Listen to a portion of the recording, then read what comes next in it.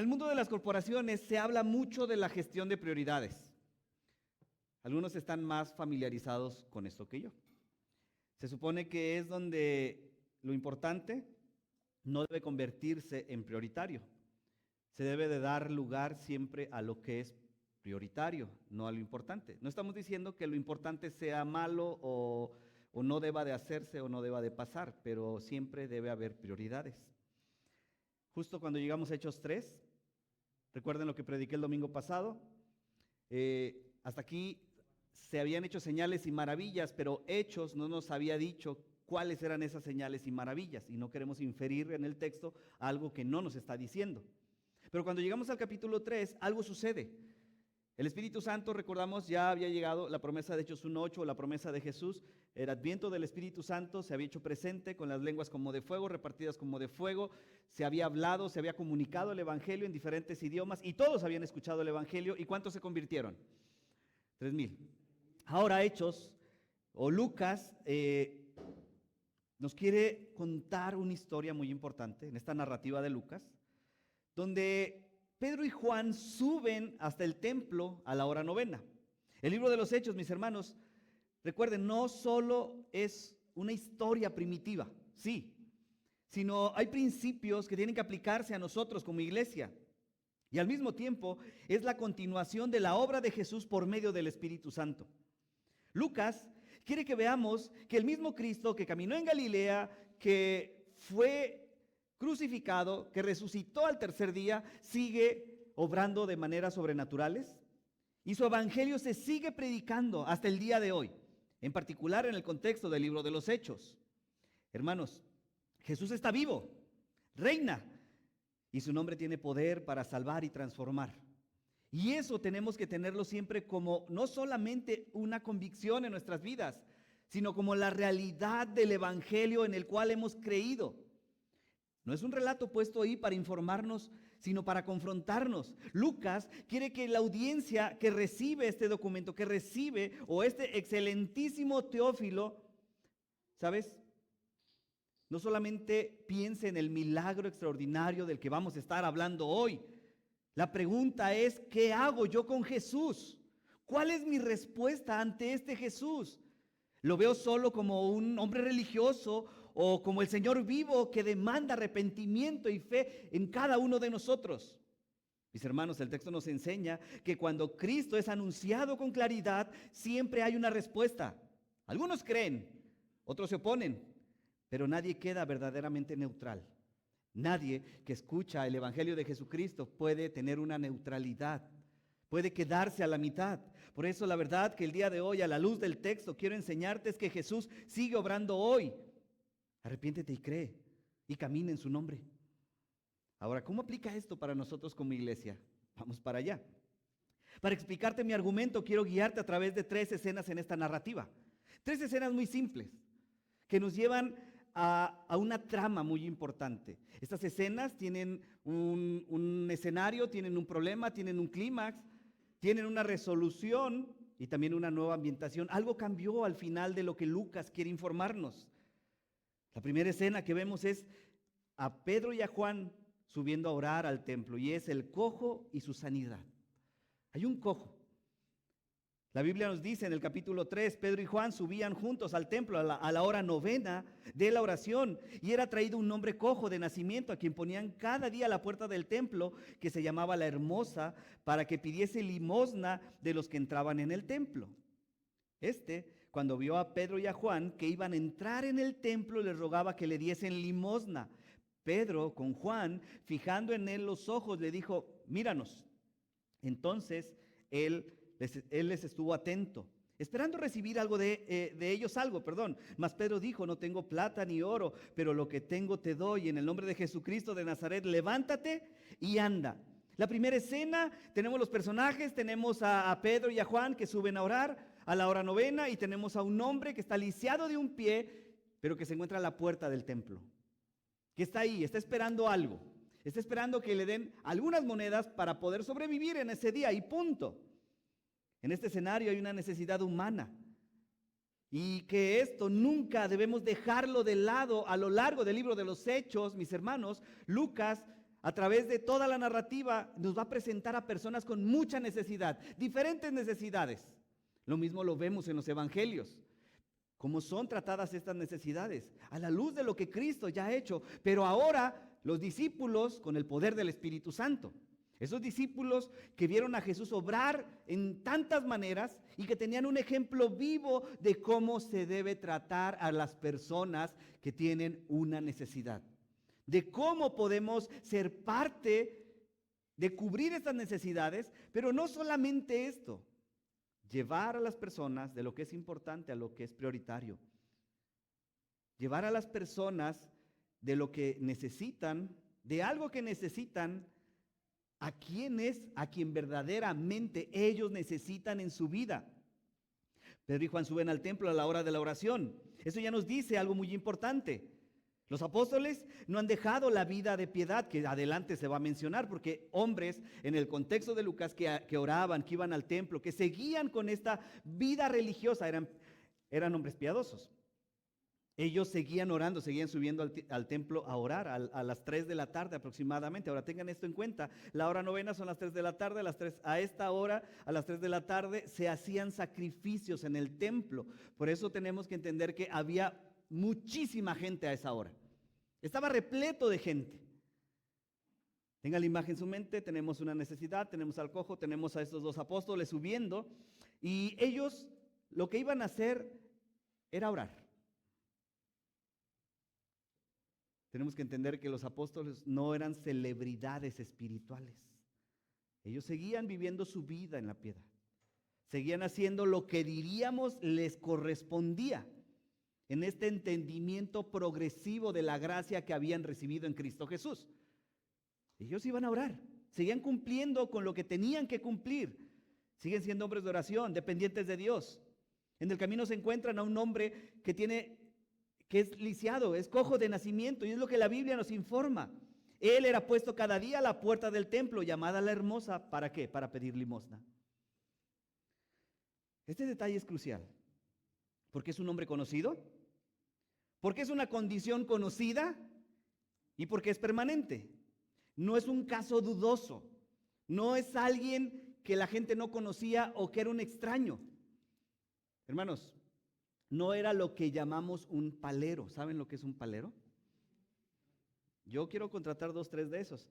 Cuando estuve en Torreón tenía una hermana que, híjole, ella cubría mis reportes. Porque en mi reporte decía, ¿cuántos se convirtieron a Cristo? Cada domingo que yo hacía un llamado a reconocer a Cristo como tu único Salvador, la hermana se ponía de pie y yo decía, ya tengo uno, ya escribo en mi reporte que hay uno. Esto es una broma, pero el milagro que se hace o que se va a realizar en este hombre no es con una persona extraña, con una condición desconocida, con algo que podría tomar por sorpresa.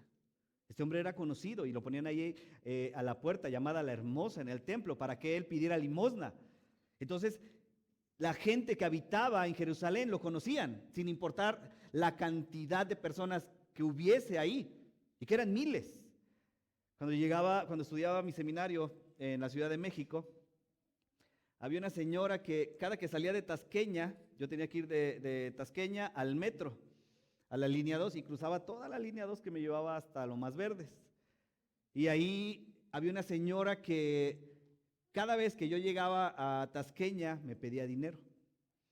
Y, oye, es que se me acabó el dinero y no puedo regresar allá de donde soy. Nunca supe de dónde era. Tengo a mi hijo en el hospital y pues se me acabó el dinero y tengo que regresar.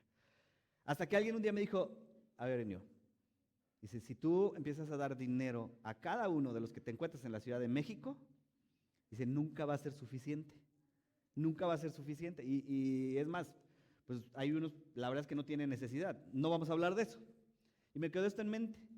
Un día iba de esos días que no te calienta el sol, que andas medio abrumado, la señora me pide dinero y que le digo, oiga señora, pues usted viaja más que yo. Digo, ya llevo 2 años aquí en el seminario y usted cada que salgo, y la señora se me quedó viendo, pues si no quieres no me des, pues no le voy a dar hoy. Le dije, no traigo ni para mí, soy estudiante de un seminario, no llevo ni para las copias de los libros. Y estábamos ahí.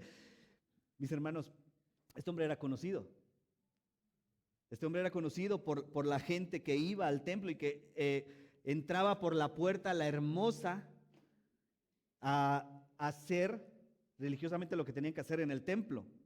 Por eso este detalle es importante, mis hermanos, y el detalle es que él estaba siempre, ¿dónde? A la puerta. Él estaba a la puerta.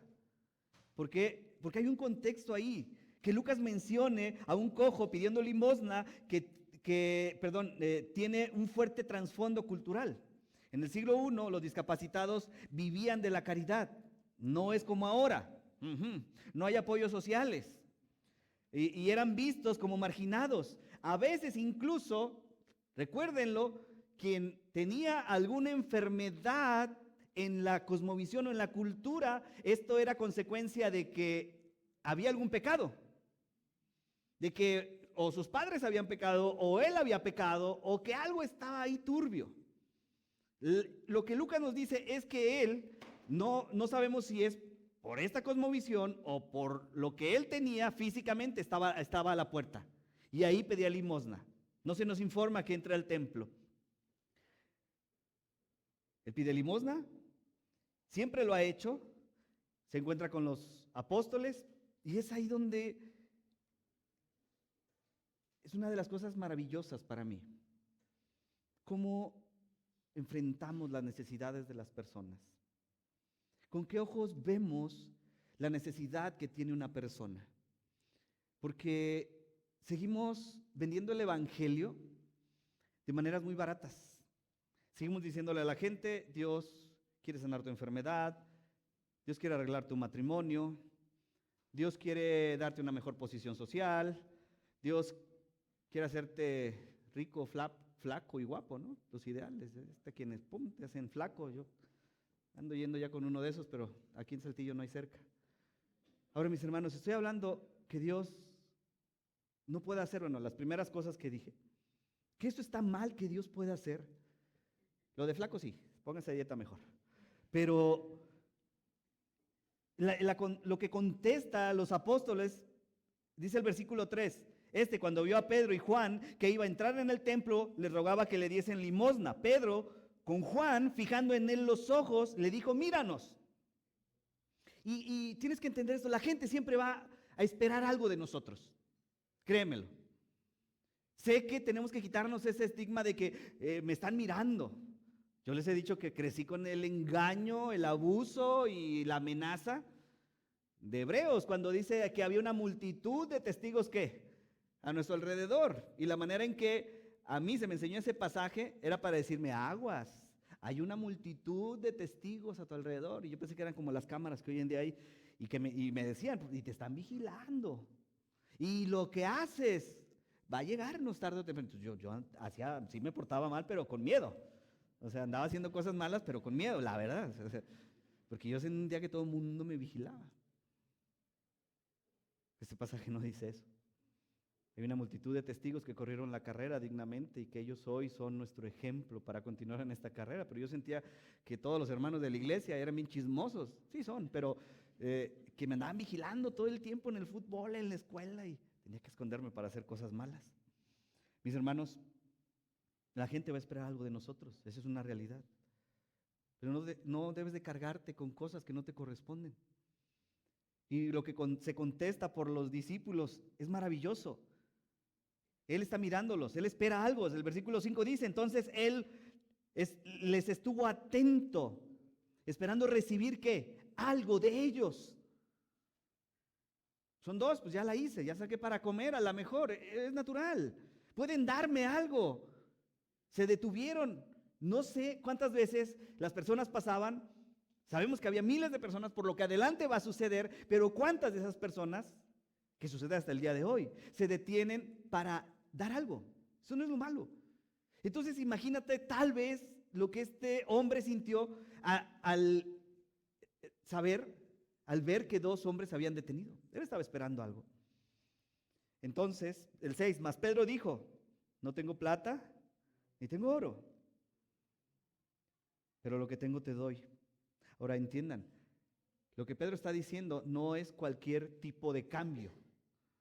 Le está diciendo oro y ¿qué? Y plata. que hasta el día de hoy son cosas muy valiosas, importantes, que la economía hasta el día de hoy depende mucho del oro y la plata, que las cosas están valuadas en oro y plata, que en lo mejor que puedes invertir, dicen los que son especialistas, ¿qué son? El oro y la plata. Mis inversiones están no en eso, pero el oro y la plata son cosas importantes. Pedro sabe y está dando una importancia a lo que él va a decir. No tengo oro, no tengo plata, pero lo que tengo te doy. He sabido el dicho, que nadie puede dar algo que no tiene. Y efectivamente lo que no tenían los discípulos, ¿qué era? Oro y plata. Era oro y plata, pero sí algo más importante. Algo que rebasa lo que nosotros creemos o a lo que nosotros le damos importancia. Amados hermanos, el día que entendamos a quién tenemos, quién nos ha salvado, quién está con nosotros, lo que Él puede hacer, lo que su persona significa, lo que Dios nos ha dado, muchas de las cosas que son prioridades para nosotros van a caer por sí solas. Como Pablo decía, y todo esto decía, lo tengo ¿por qué? Por basura. Y muchas de las cosas que nosotros tenemos como importantes, este hombre las tenía como basura. Sigo orando porque el Señor nos muestre. Parte del ministerio que saben dónde sirvo, una de las cosas que se trabaja es ser humildes. No sabemos todo al momento de enseñar a pastores. Hay muchas cosas que seguimos aprendiendo. Hay muchas cosas que quiero aprender. Pero particularmente hace años tomé el compromiso, y no está mal, y se los digo a amigos, a pastores a quienes enseño. Los títulos no están mal, pero nunca deben ocupar un lugar que no en nuestras vidas, en nuestros ministerios. Nunca deben de ocupar un lugar que no le corresponde. Los títulos son buenos, sí, excelentes, en todo ámbito, pero entre nosotros el mayor título que debe brillar es el de siervos. Y si le completamos un guión, inútiles, porque solamente hacemos lo que nos toca hacer. Esos apóstoles no tenían oro, no tenían plata, pero lo que tenían era lo más importante de todo el universo. ¿A quién le dieron? En el nombre de Jesucristo de Nazaret, levántate y anda. Wow. En el nombre de Jesucristo de Nazaret. Y tomándole, dice el versículo 7, por la mano derecha, le levantó. Y al momento se le afirmaron los pies y los tobillos, y saltando se puso de pie y anduvo. Y ahora sí, ¿qué sucede? Y entró con ellos al templo, andando y saltando y alabando a Dios. Y todo el pueblo le vio andar y alabar a Dios. Y reconocían que era él el que se sentaba a pedir limosna a la puerta del templo, la hermosa. Y se llenaron de asombro y espanto por lo que había sucedido. Hay asombro y al mismo tiempo que hay espanto. Ellos dijeron, no tengo oro ni plata. La sanidad que ellos hicieron es una obra completa y visible. El texto dice que tomándolo de la mano derecha lo levantó y al momento se le afirmaron los pies y los tobillos. ¿Sabes? No es una mejora gradual. No era algo psicológico. No era algo inventado para recaudar dinero o en su manera de vivir. Lo que este hombre, este cojo experimentó fue una sanidad real, física, visible. Ahora este hombre que estaba a la puerta del templo puede entrar alabando, glorificando a Dios al templo. Mis hermanos, debemos tener la convicción de que tenemos un Dios sobrenatural. Debemos casarnos con la idea de que el Dios en el que creemos, al Dios que seguimos, al que servimos, sigue obrando de maneras que no vamos a poder explicar, entender y maravillarnos con eso. Hemos visto milagros entre nosotros. Sigo creyendo en los milagros. Sigo creyendo que Dios obra de maneras que para nosotros son ilógicas. Y qué bueno. Porque Dios es soberano y Él puede hacer lo que quiere cuando quiere. Esta obra maravillosa, mis hermanos, se hace en un nombre. Él exalta a Dios. Escúchame esto, iglesia, es importante. En el libro de los Hechos, los milagros son un medio que Dios usa para dar testimonio de Cristo, pero no una regla normativa para todas las épocas. ¿Me estoy contradiciendo? No. Estoy diciendo que el Señor puede hacer lo que Él quiere cuando Él quiere, a la manera que Él quiere. Su soberanía no se limita a nosotros. ¿Cuántas veces hemos puesto letras pequeñas al poder de Dios, a la gracia de Dios, a la misericordia de Dios? ¿Cuántas veces hemos dicho, Dios no puede hacer esto? Dios no puede hacer aquello. Y obviamente cuando nos enfrentamos a circunstancias complicadas, aquí hay gente que se dedica a la salud, son médicos. Hay gente que saben de lo que estoy hablando y cuando alguien te presenta un diagnóstico, claro que la sangre se te va a los pies y dices, qué difícil es esto. Esas son realidades que enfrentamos y que hemos enfrentado como iglesia.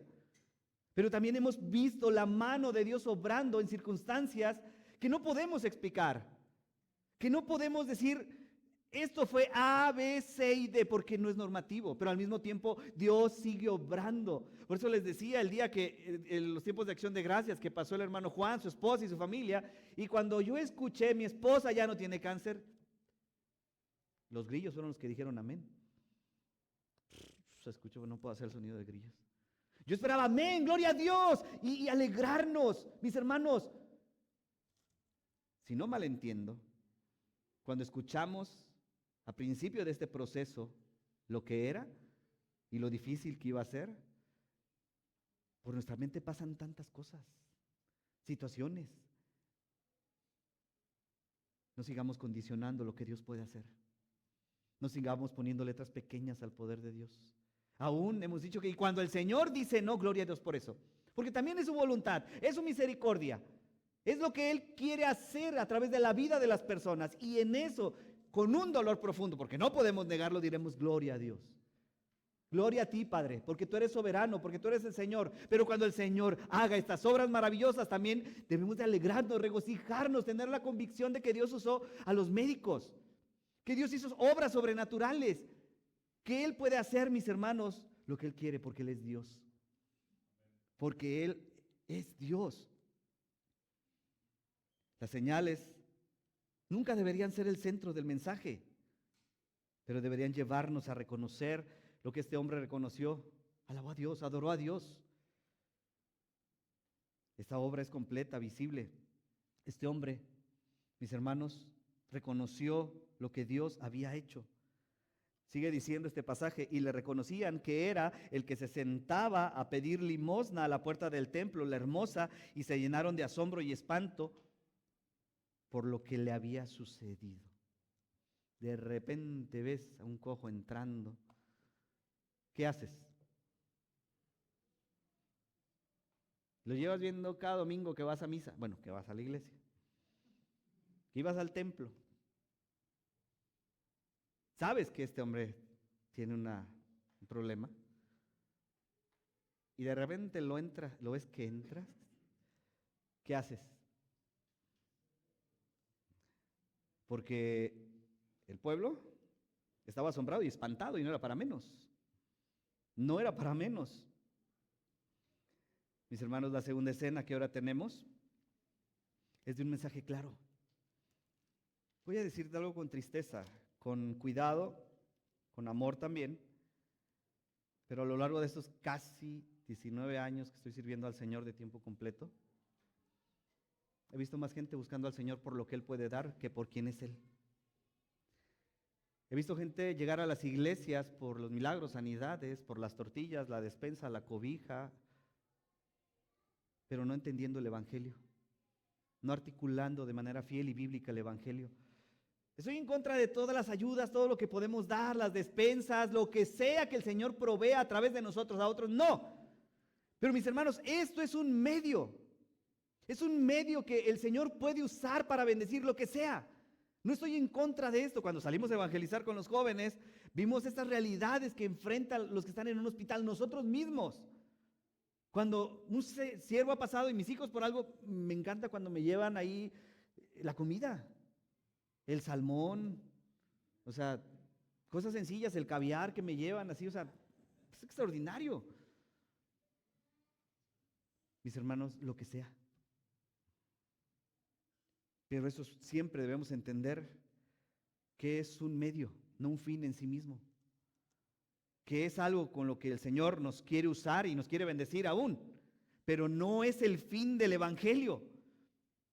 Dice el versículo 11, y teniendo asidos a Pedro y a Juan, el cojo que había sido sanado, todo el pueblo atónito concurrió a ellos al pórtico que se llamaba de Salomón. Viendo esto, Pedro respondió al pueblo: varones israelitas, ¿por qué os maravilláis de esto?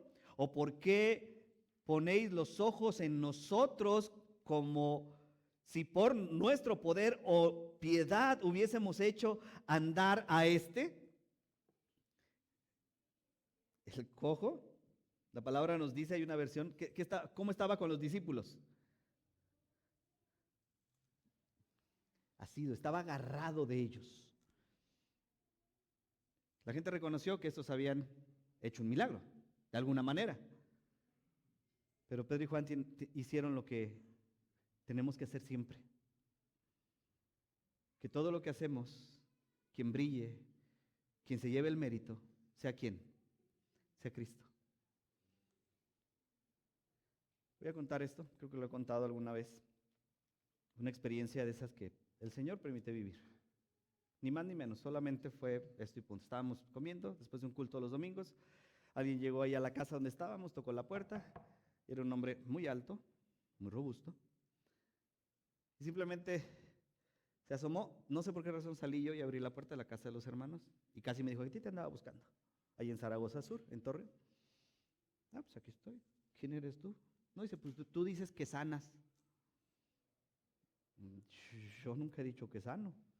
O sea, cobro, o sea, no sano. ¿De dónde saca? No, tú has predicado que tu Dios sana. Y yo entendí que no era algo normal. Salió el hermano, y este hermano sí era así de esos, de ahí de Zaragoza Sur, los que saben de Torreón, y quería defender. No, hermano, no pasa nada. Porque este hombre levantaba un poquito la voz. Este hombre, para no hacer cuento largo, me dijo algunas cosas. Me dijo: ora por mí a ver si es cierto. Me retaba. Sabía que no era el hombre en sí. A ver si es cierto. Ora por mí. Y de repente se sacó la camisa y este hueso estaba salido. Sáname. Ora por mí a ver si es cierto. Que yo nunca he dicho que puedo sanarte ni que puedo hacer algo por ti. Pero déjame orar. Comencé a orar por él. Había una camioneta al lado. No me pregunten, no sé en qué momento, pero de repente cuando dije amén, este hombre estaba abajo de la camioneta. Y salió. No me dijo nada, se me quedaba mirando y me preguntaba: ¿qué me hiciste? Yo nada, pues nada más oré. No, tú me hiciste algo. Nadie había podido conmigo, ni con él, decía. ¿Qué me hiciste? ¿Saben de lo que les estoy hablando? No levanté la voz, no dije nada. Me decía: mira, no tenía nada del hueso. ¿Qué me hiciste? Me quería besar las manos. Le dije: nomás esta, porque con esta estoy comiendo. Estoy comiendo, se va a aviar ahí. Le decía, me acordé mucho de este pasaje: en mí no hay poder ni piedad que pueda hacer algo contigo. Se sentó, le trajimos un vaso de agua y le presenté el Evangelio. Que tú no necesitas de algo, necesitas de Cristo. Y voy a resumir lo que Pedro dijo en su mensaje. Este es el Evangelio. A ese Cristo que murió y resucitó al tercer día. A ese Cristo que puede salvarte. A ese Cristo que dio su vida para que nosotros, que estábamos lisiados en todo, pudiéramos tener una relación personal con Él y acercarnos al Padre. Hermanos, yo esperaba que este hombre hiciera algo. La respuesta fue una de las respuestas más duras para mí y que me confrontaron con muchas realidades. No es mi tiempo, quiero esperar. Este hombre, a través del poder del Espíritu Santo, había visto algo sobrenatural, algo grande, algo hermoso. Sentado ahí, tú esperabas que dijera: sí, yo quiero, yo necesito de Cristo. Gracias por darme a Cristo. Dijo: no, no es mi momento, quiero esperar, y se fue. Nunca lo volví a ver. Y sabemos lo que la Biblia dice cuando pasa esto. No es el tema de hoy. Pero mis hermanos, son realidades. ¿Soy yo el que tiene el poder? ¿Soy yo el que tiene la piedad? No, pero debemos de saber que sí hay una lucha que no es contra carne y sangre, y es una lucha real. En el caso de este hombre solamente era una enfermedad. Vamos a ver en el libro de los Hechos. Vamos con calma. Pero este hombre, Pedro nos dice algo muy importante. Voy a seguir leyendo. Dice, versículo 13. A él Dios, perdón, el Dios de Abraham, de Isaac y de Jacob, el Dios de nuestros padres, ha glorificado a su Hijo Jesús, a quien vosotros entregasteis y negasteis delante de Pilato cuando éste había resuelto ponerle en libertad. Mas vosotros negasteis al santo, al justo, y pedisteis que se os diese un homicida. ¿A quién apuntó Pedro? A Jesús, al santo, al justo. En él no había piedad.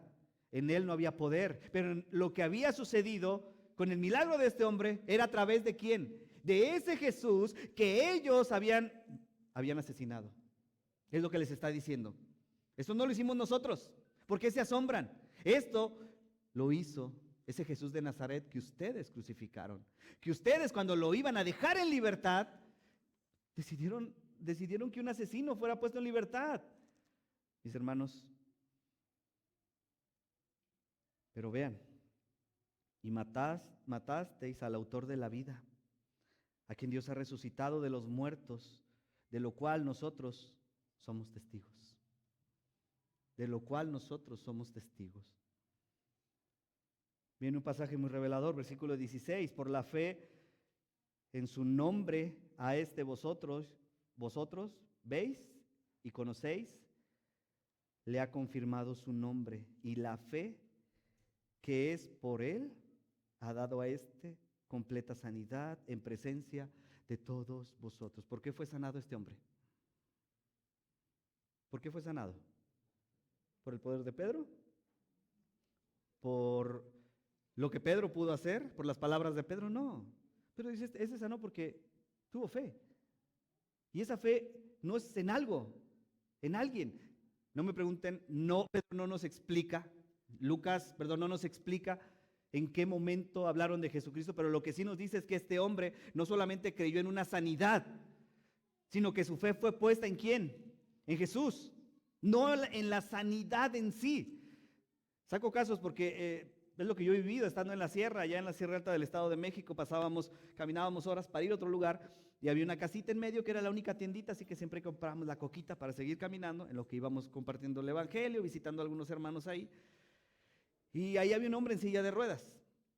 Nos parábamos, le compartíamos, empezamos a compartirle el evangelio. La dinámica siempre era, o lo que digo es siempre hacer algún tipo de relación, y pues hablabas de una cosa, de otra, hasta que en algún momento creí que era ese momento de compartir, y le empecé a compartir, mira, pues nosotros somos esto y somos misioneros, y venimos a compartir el evangelio, y le empecé a predicar, le compartí el evangelio, y me dejó hablar. Fue muy amable, pero al final de compartirle el evangelio me dijo, ok, ya han venido otros como tú.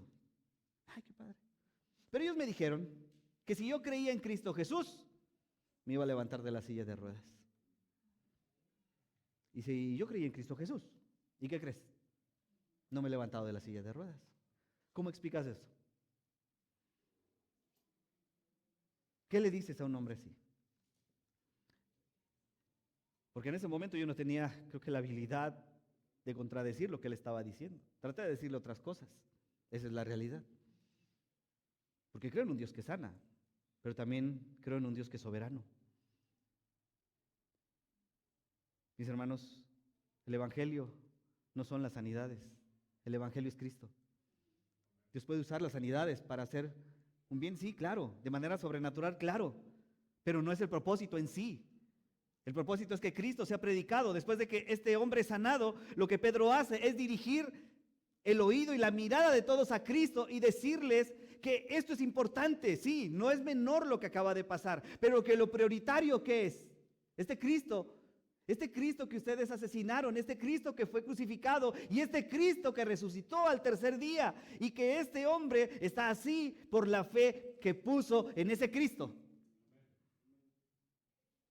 Que su fe es confirmada en su nombre, es lo que dice el pasaje, en ese nombre que es sobre todo nombre. Por eso el versículo 17, ahora es la invitación, más ahora, hermanos, sé que lo hicieron por ignorancia, dice, lo habéis hecho, como también vuestros gobernantes, pero Dios ha cumplido así lo que había antes anunciado por boca de todos los profetas. Esto no era nuevo. Vean, Jesucristo había ¿de qué? De padecer. Y este es el mensaje del día de hoy. Así que arrepentíos y convertíos para que sean borrados vuestros pecados, para que vengan de la presencia del Señor tiempos de refrigerio. Y ese es el llamado. No a lo que Dios puede darte. El llamado es: arrepiéntanse y conviértanse. Arrepiéntanse y conviértanse. Voy a decírtelo otra vez. Si tú vas a un lugar, al que sea, y el énfasis no es Cristo, creo que estás en el lugar equivocado. Mis hermanos, el mensaje apostólico, como lo vimos, es el mensaje que siempre va a apuntar a Cristo, que siempre va a apuntar, sí, a sus maravillas, a lo que Él es, su gracia, su misericordia, su consuelo, su ánimo. Lo que hace con nosotros es maravilloso, pero tiene que confrontarnos con realidades duras de nuestra naturaleza pecaminosa, nuestra lengua, nuestra mente, nuestros pecados. Pornografía, chisme, lascivia, egoísmo, y podemos seguir. El mensaje es: arrepiéntanse y conviértanse. Y es un mensaje maravilloso porque nuestros pecados, al hacer esto, son borrados. Y ese es el mensaje que conectamos con Cristo cuando estaba en la cruz y dijo: consumado es. Nuestra deuda, que estaba en números rojos, a través de Cristo fue saldada. Pero vuelvo a decirlo, no se trata de aceptar a Jesús en tu corazón. Se trata de arrepentirte y convertirte. Y recuerden que el arrepentimiento bíblico es un cambio de rumbo. No en 360 grados, porque vuelves al mismo lugar. Es un cambio de rumbo, porque nos equivocamos en el camino que íbamos.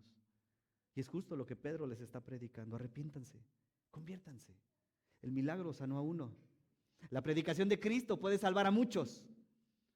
Y donde se predica a Cristo fielmente, mis hermanos, ese llamado va a seguir presente. Arrepiéntanse y conviértanse, dice el versículo 20, y Él envíe a Jesucristo que os fue antes anunciado, quien de cierto es necesario que el cielo reciba hasta los tiempos de la restauración de todas las cosas, que habló Dios por boca de sus santos profetas, que había sido desde el tiempo antiguo. Él no está hablando de un Cristo muerto, está hablando de un Cristo que está a la diestra del Padre y que está gobernando y que hoy intercede por nosotros. Y el mensaje vuelve a ser claro: el siervo de Dios es glorificado, es el santo y justo, es el autor de la vida, a quien ustedes entregaron y que Dios resucitó de los muertos. Arrepiéntanse, conviértanse.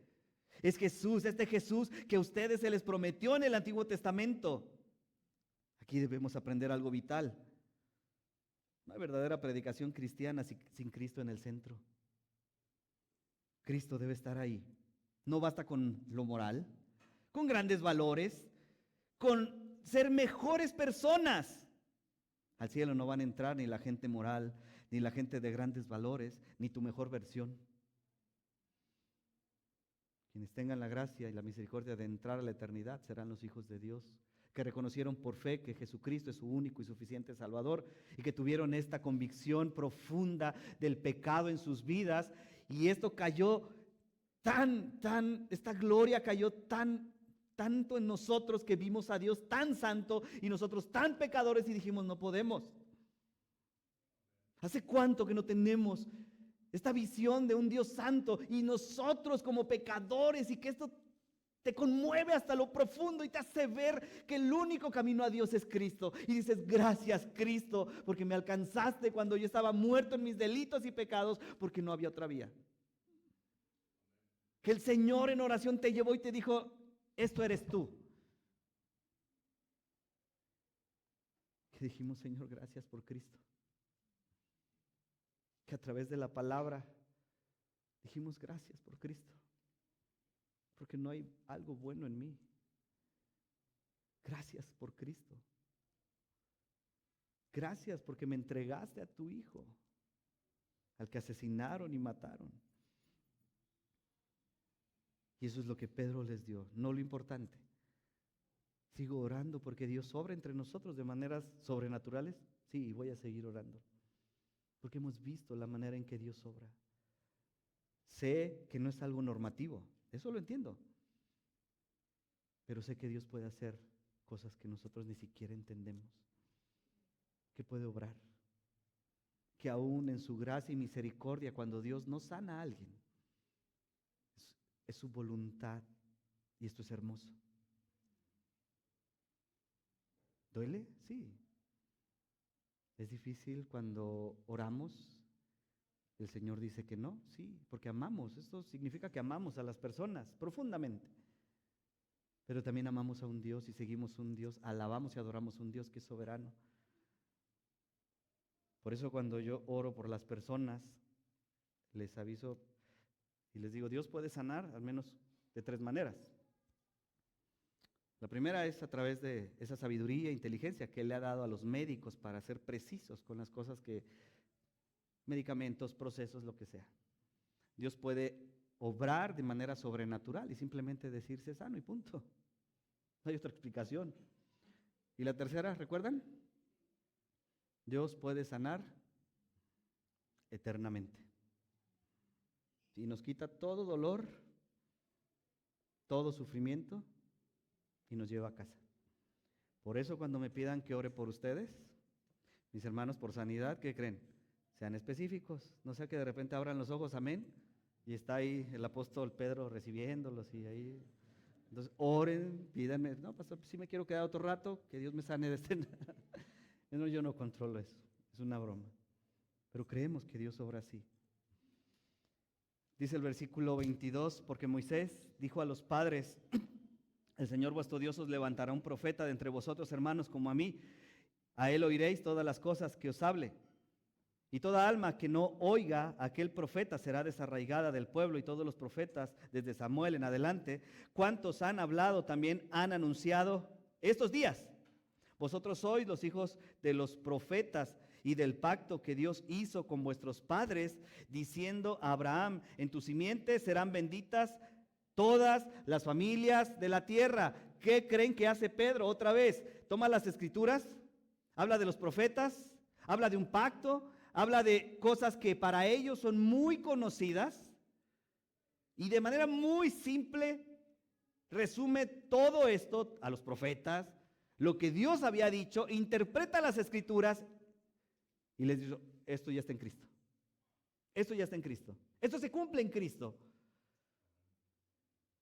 A vosotros primeramente Dios, habiendo levantado a su Hijo, lo envió para que os bendijese a fin de que cada uno se convierta de su maldad. ¿Saben qué les estaba diciendo Pedro en resumidas cuentas? Ustedes tienen la primicia de esto.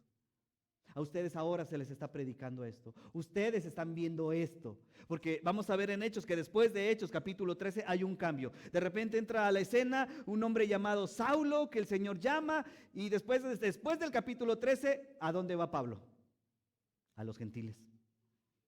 Pablo es el apóstol a los gentiles, pero ahora Pedro les está diciendo, ustedes tienen un gran privilegio, a ustedes les fue anunciado, con ustedes Dios hizo un pacto, pero ahora esto se ha cumplido, lo que dijeron los profetas, lo dice por segunda vez, y a ustedes se les está predicando de Cristo. ¿Cuál fue el llamado de Pedro? ¿Sigan viendo los milagros? No, arrepiéntanse y conviértanse. Arrepiéntanse y conviértanse, porque a ustedes, y lo vuelve a decir, a vosotros primeramente Dios, habiendo levantado a su Hijo, lo envió para que os bendijese. ¿Cuál es la bendición? Lo que Pedro está predicando, no el milagro. La predicación fiel del Evangelio de Jesucristo para que ellos la escuchen y ¿qué? Y se conviertan. Y se conviertan. Y es lo que dice, a fin de que cada uno se convierta de su maldad. ¿Cuántos mensajes necesitamos? ¿Cuánto tiempo necesitamos, mis hermanos? No para que te conviertas. No estoy dudando de tu salvación. Eso es entre tú y Dios. Sino para que entendamos el gran privilegio que tenemos en Cristo de ser llamados hijos de Dios. La gran bendición de hoy a tiempo escuchar un mensaje, un llamado para nosotros. Porque hay una respuesta y es la última escena que tenemos.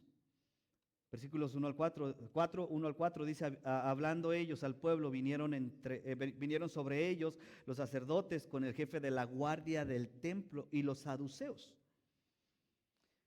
resentidos de que enseñasen al pueblo y anunciasen en Jesús la resurrección entre los muertos.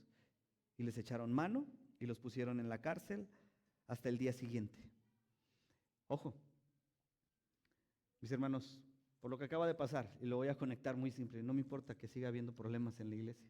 Despacio, no entre nosotros, no vayan ahorita a salir peleados todos. ¿Saben? Eso no es de ahora. Hemos tenido situaciones con el estacionamiento, hemos tenido situaciones con las alitas, cuando había alitas. Pero antes como que no hacíamos tanto ruido. Ahorita salí a tomar algunas fotos, a asomarme allá a la vuelta. Hermanos, sí somos un puñito, gracias a Dios. Pero vamos a ver en Hechos que cada que había un problema, ¿cuál era la respuesta de la iglesia? Seguir predicando y el Señor añadía a los que habían de ser salvos. Por favor, no se detengan.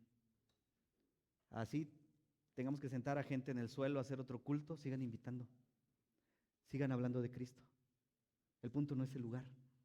Pero cuando en Hechos la iglesia era perseguida, la iglesia había problemas, en la iglesia había persecución, la iglesia crecía. El Señor enviaba a más personas, el Señor añadía a los salvos.